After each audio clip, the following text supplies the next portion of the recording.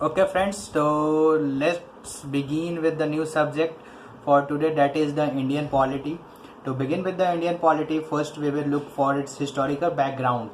So basically what we cover in the Indian polity is the Constitution of India and the various articles, schedule and the part, and what are the power that are exempted or that are given to the different organization, different government organization, let it be prime minister, president, all the MLA, MPs. So that we are going to look at it. So now let's begin with the first topic, that is the constitution. So what do you mean by the constitution?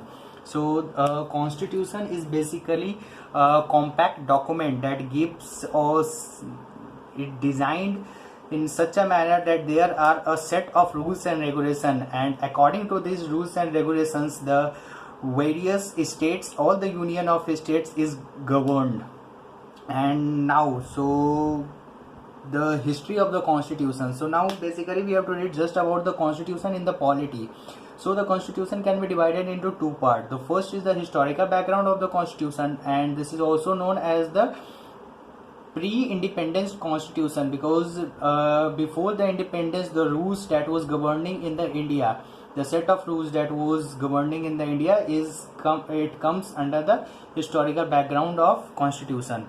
So during the historical background of the constitution, it is again subdivided into two parts, that is the company rule, that is in the years 1773 to 1857, and the crown rule 1857 to 1947. Actually what happened that initially when the East India Company came, then the rule was in the hand of East India Company, but after the Sepoy mutiny which took place in 1857, or the which is also known as the first war of independence, after this the rule or the power was transferred from the company to the crown, and now the crown has become the ultimate power and the rule was governed as per the crown. So now let's in this chapter we will just look about the company rule. This complete thing will come in the two part, that is the part 1 and part 2. In the part 1 we are just going to discuss about the company rule. So during the company rule the important acts are there that you need to memorize it, and before memorizing you need to understand it clearly, because when the understanding you develop it clearly, then it would be quite easier for you to learn it. So now first begin with the Regulating Act of 1773. So basically there were the 6 acts which was passed during the company rule. The first was the Regulating Act of 1773. Next one was the Pitt's India Act 1784. Then it was the Chartered Act of 1793, 1813, 1833 and 1853. Now what are the trick to remember? So first of all, the Regulating Act of 1773. Now you will see that each time if you add 20 years, then you will be reaching to the subsequent next act. For example, if the Regulating Act of 1773, now when you add 20 years to it, then you will reach to Chartered Act of 1793, sorry. And then again if you will be adding the 20 years, then it is 1813, then plus 20, 1833 plus 20, 1853. This is the somewhat out of the league that you will have to remember that do not follow this pattern. This you will have to remember separately. So now one by one we will look at these act and what are the salient features of this act. So first let's begin with the Regulating Act. So as I have already told you that the Regulating Act has came into existence in the year 1793, and before this what it was happening, that there was a Governor General. So now the Governor General of there used to be a governor, just a governor of different states or the different provinces. So now in the Regulating Act of 1773 what it was done, that the Governor of Bengal was designated as the Governor General of Bengal, and he was given the ultimate and the most of the power was in his hand, that is the Governor General of Bengal. And who was the first Governor General of Bengal? Then it is Warren Hastings.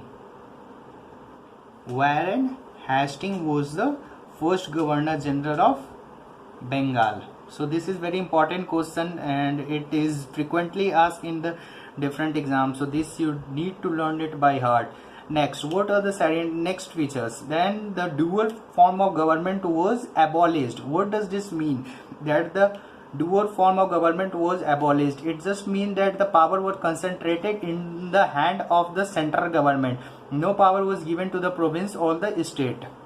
And next, then the other feature is that the first Supreme Court was established as per the Regulating Act of 1773. And where it was established? Then it was established in Calcutta. So it was the first Supreme Court that was established in Calcutta.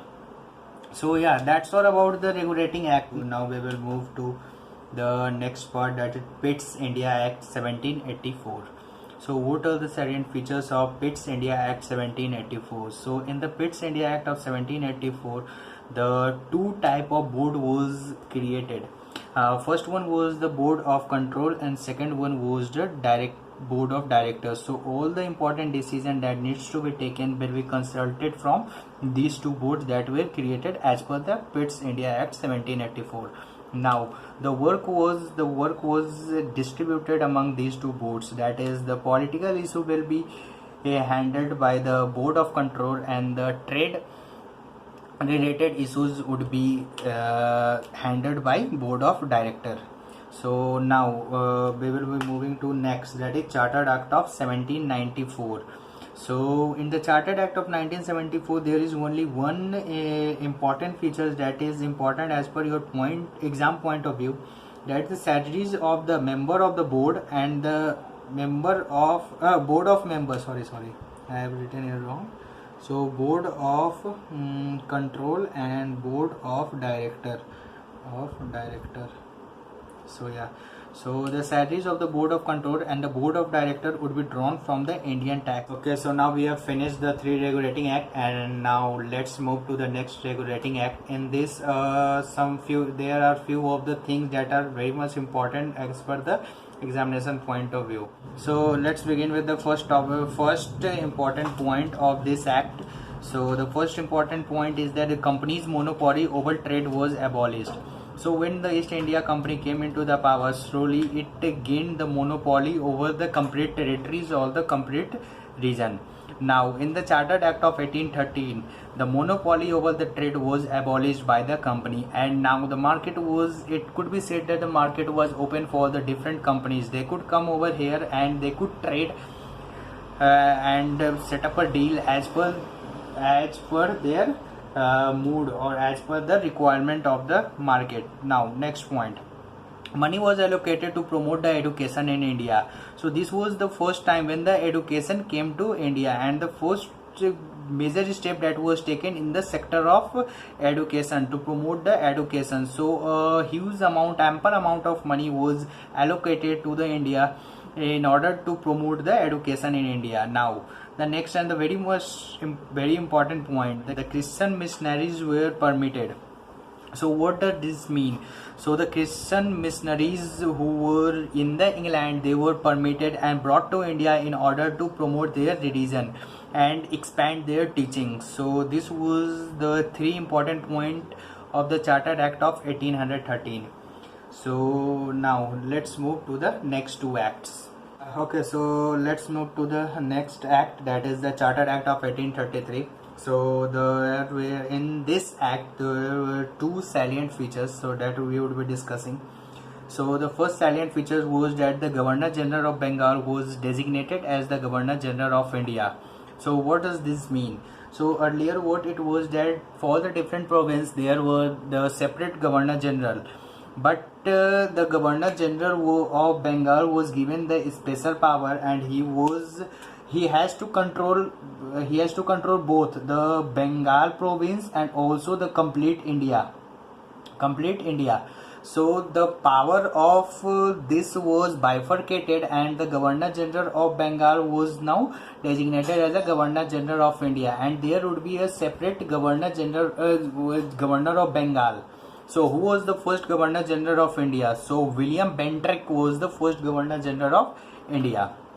This is a very important point as per the examination point of view, because in the different exam this is frequently asked. So all the things that I am telling you in this complete slide, that is very important, and I'm just telling you the crisp of this topic from where the examiner will be asking the question. Okay, so now let's move to the next features of Chartered Act 1833. So in this expert knowledge of law was added, and who was the first member of it? Then Lord McLauray.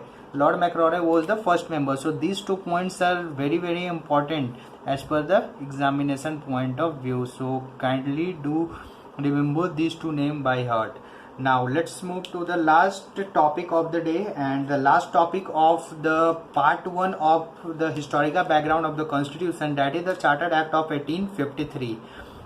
So there is only one important thing that needs to be remembered in this act, is that open a competitive examination for the recruitment of civil servants. So now earlier what it was, that all the high position, all the high ministry was just given to anyone as per the mood of Governor General of Bengal, but now this was abolished, and now all the post would be given through this competitive examination of the civil servant. A person needs to clear this exam in order to get the post, in order to get the power. So friend, that's all for this part 1, and now in the next lesson we will learn about the crown rule. So in this also there are 6 to 7 act, so that is also very important. So that's all for today, and if you like this video, please share it with your friends, subscribe it, and if you have any doubt you can ask in the comment section. Okay, that's all. Thank you.